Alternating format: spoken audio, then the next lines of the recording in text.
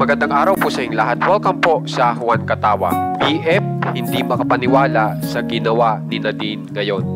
Alamin po natin yan dito sa ating video.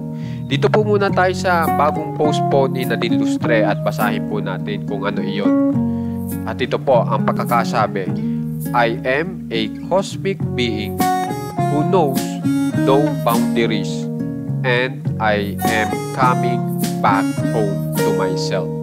So yan po yung pinaka bagong update po ni Nadine Lustre. At pagkatapos naman po niyan ay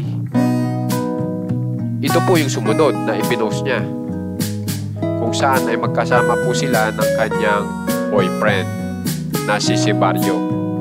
At dito na po talaga tayo sa ating balita kung saan ay ipinost po ito ni Nadine Lustre na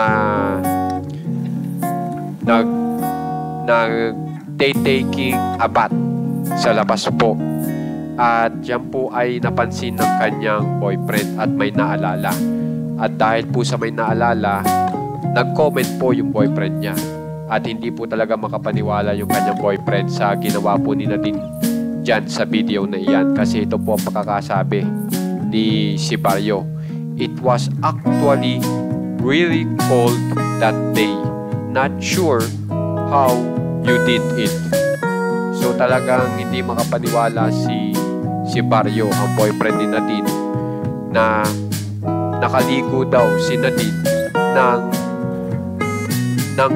talagang malamig po ang kondisyon sa panahon na iyan.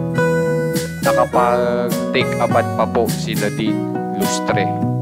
So guys, kung gusto nyo pong ma-update sa mga famous celebs ng Pinas, alam nyo na pong gagawin.